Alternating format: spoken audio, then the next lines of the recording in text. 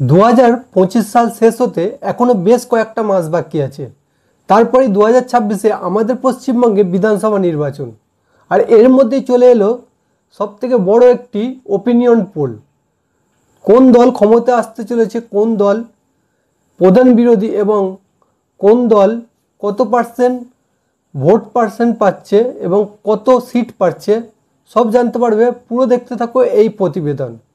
নমস্কার বন্ধুরা, আমি শুভ, স্বাগতম সকলকে আমার ইউটিউব চ্যানেল জনগণের কণ্ঠে।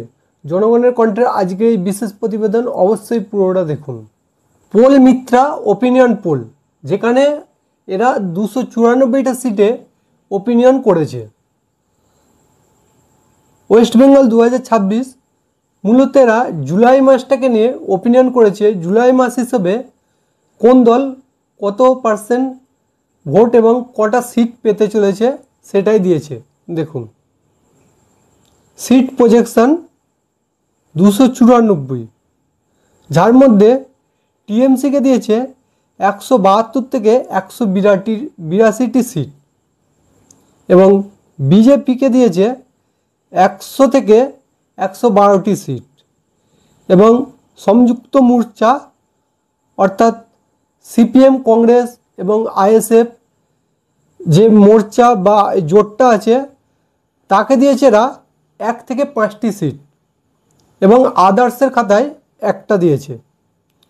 এটা কিন্তু শুধু জুলাই মাস হিসেবে বলছি, তারপরে এখনও ভোটের তো অনেক বাকি আছে, আরও অনেক রকম ওপিনিয়ন পোল আসবে, সেগুলোও তোমরা দেখতে পাবে।